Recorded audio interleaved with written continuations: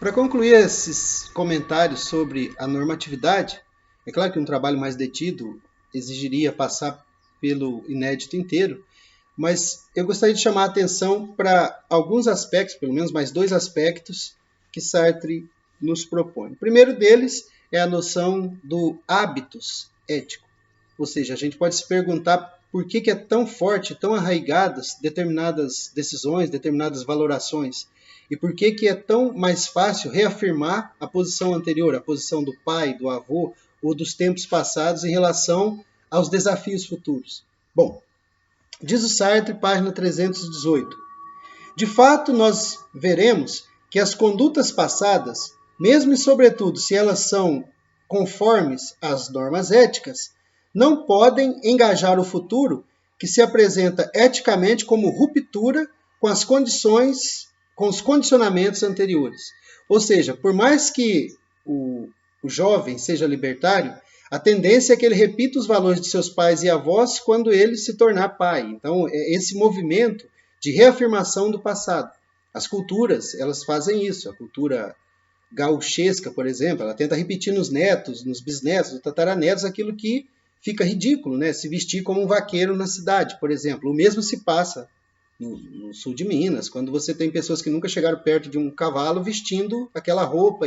É algo que é transmitido e é uma maneira de afirmação dessa normatividade, mas em outro ambiente. Né? Então você tem esses vários...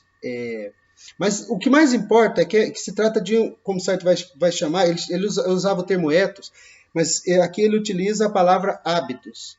É o hábito que faz com que, pela repetição, um valor ou uma norma seja naturalizado a ponto de ser possível que de um mesmo grupo de pessoas, de um mesmo país, de uma mesma nação, alguns deles entendam como passar perrengue, alguma dificuldade durante uma viagem internacional, enquanto outros entendem passar perrengue como passar fome. É como se, pelo hábito, pela repetição, o fato de algumas liberdades terem negado desde o berço tudo que poderia ser básico para que ele fosse se desenvolvesse livremente, como, por exemplo, alimentação, moradia, enfim, o mínimo de educação desde os seus primeiros anos, mesmo a alimentação, né? Vamos pensar nesse aspecto ainda mais básico, e outros nascem, né, em berços de ouro que permitem que eles já tenham essa liberdade. Ah, mas então isso significa que se trata de uma questão meramente social ou econômica? Não. É evidente que é muito mais fácil para aquele que tem casa, comida e educação se libertar do que aquele que nem isso teve. Então nós temos a naturalização pela norma de absurdos como o fato de negar-se de princípio, negar de berço para alguns grupos, para alguns indivíduos, para grupos enormes, na verdade, qualquer acesso à condição básica da liberdade, que seria essa estrutura mínima de existência. Mas como que isso é possível? É claro que a reflexão poderia levar uma pessoa que refletisse sobre a sua condição social a se sentir responsável por aquele que passa fome. Mas a mentira do mérito, o mérito de nascer num berço de ouro, ou de ter já no berço todas as suas possibilidades negadas, não cabe àquele que nasceu.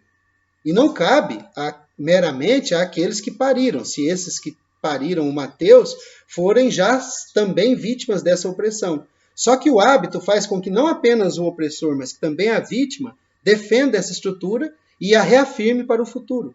Essa é a figura do boiadeiro, que não era o fazendeiro. Ele é cantado no sul de Minas, como no interior, Goiás, etc., como se fosse uma pessoa importante. Na verdade, ele era alguém que trabalhava muito e o lucro era daquele que era o dono da terra. Enfim, a normatização disso que se torna hoje uma figura com um chapelão, uma figura até meio que folclórica, com uma fivela grande que dança por aí de calça jeans e bota, ele repete ou tenta repetir aquele modelo que foi proposto num momento histórico e os valores se arraigaram. Então você vai ter a música sertaneja refletindo todo um sentimento de traição e de abandono e de ser corno, que advém da afirmação do casamento monogâmico, da afirmação desses valores que de algum modo estão sendo superados, né, nas cidades, e ainda assim tem que permanecer como o quê? Como aquilo que deve aparecer ao olhar do outro, a hipocrisia. Nesse sentido, De fato, o ser ético é contraditório em sua essência. Ele apresenta a liberdade criadora como uma exis repetitiva. Eu tenho a liberdade de propor um futuro diferente, mas a liberdade ela é apresentada como a repetição daquilo que foi estabelecido como norma. Então, um exemplo qualquer, a pessoa que afirma a monogamia, ela afirma a monogamia apesar da amante, apesar dos abusos em boate, né, que chegam a estupro, apesar, né, e o problema é, enfim, é trair a esposa, é isso que incomoda. Apesar de toda essa hipocrisia social, né, os bordéis, enfim, tudo isso que é vivido, as orgias e os absurdos como a pedofilia, né, que apesar de tudo isso, está tudo calcado numa ideia que foi estabelecida e que deve se repetir, uma exis do casamento monogâmico para ter filhos e etc. E isso passa a ser determinados políticos, né? O Maquiavel tem lá seu mérito, mas determinados políticos, eles precisam apresentar-se como aqueles que são os dignatários da honradez e que levam consigo o princípio dos valores, ao mesmo tempo em que as suas práticas contradizem isso, e por essa razão a ética ela acaba negando a possibilidade de um futuro diferenciado. Então esse futuro diferenciado, na sua tentativa de reafirmar o passado, acaba produzindo uma estrutura que, quando a liberdade é ali situada, ela acaba sendo matizada em determinados valores que ela acredita serem seus. Bom, enfim, a repetição, e a repetição aparece como projeção na praxis da permanência dos valores. Então, eu não traí valores que foram ensinados por minha mãe, porque apesar da amante, apesar do prostíbulo, eu lamento trair, no caso, né? Ou lamento por minha mulher. Então, o hábitos ético acaba sendo a maneira mais viável, não, a mais eficiente de alienação. Porque ao invés de um futuro possível, né, para complementar o exemplo de trisal, relações abertas, ou seja, o que for em relação ao casamento, se faz isso da maneira hipócrita. E se renega em absoluto, isso é inaceitável, qualquer outro modelo ou qualquer outra proposição de futuro diferenciado. Isso, Sartre, bom, aqui ele faz um trabalho citando, né, pesquisas sociológicas e etc. Eu vou relatar rapidamente, depois eu leio rapidinho para tirar a conclusão, mas foi feita uma pesquisa sobre, num colégio, né, num liceu de jovens, na época eram separados meninos e meninas, então de meninas, e a pergunta era a seguinte, é certo mentir? E 95% vão dizer que sim, é certo não mentir. E depois a pergunta seguinte é, você mente? Você já mentiu alguma vez? E, bom, aí explode, né, também o número de pessoas que mentiram. E essas duas atitudes revelam justamente a importância desse tipo de ética cristalizada, dessa ética que se pretende como mantenedora do passado, basicamente conservadora. E conservadora no sentido mais inadequado do termo, porque conserva-se a hipocrisia, a figura, por exemplo, do não mentir.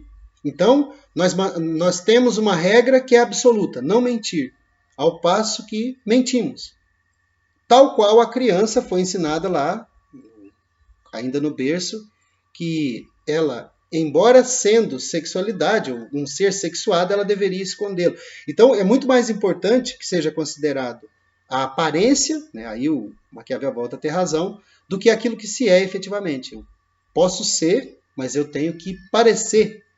E diz o Sartre a respeito dessas meninas.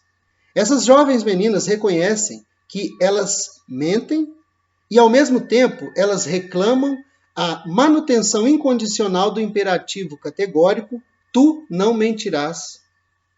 Tu não mentirás para mim, mas eu preservo o meu direito de mentir para você.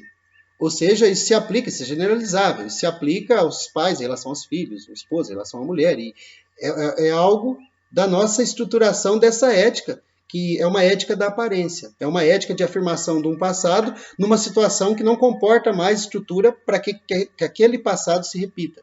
E Sartre continua, um pouquinho depois, eu estou na página 323, o imperativo categórico faz da ética um radicalismo. Toma por aquilo que é e deve obedecer quaisquer que sejam as circunstâncias. Ou seja, se não se situa a ética, o que nós temos é uma carta de valores que, em aparência, nós tendemos a realizar, para que não tenhamos prejuízos, mas que efetivamente não adentra a nossa existência, não altera o mundo. Isso permite a posição hipócrita de participar de uma economia, de um país, da construção de um país, e não se sentir responsável, não se trata de culpa, né? Nenhum Messias pode se sacrificar e morrer numa cruz para perdoar os pecados sociais. Os pecados sociais não têm a ver com nenhuma espiritualidade, estão ligados à carnalidade do mundo, às pessoas que sofrem, que morrem, que passam fome. Então, é a hipocrisia que permite essa insensibilidade. Mas essa hipocrisia, ela faz parte da própria norma, da normatividade. Toda vez que uma norma se torna perene, quando ela se impõe em qualquer circunstância, então em qualquer circunstância não mentir, significa às vezes colocar a própria vida em risco, significa magoar as pessoas. Por essa necessidade social, nós mentimos e ainda assim tendemos a manter como imperativo, né, como essas meninas fizeram, como imperativo não mentir. Essas duas noções de ética que estão em jogo, e Sartre pensa uma ética situada. Situada, e situar a ética é opor-se à normatividade, à normatização, né, externa de valores como mera aparência.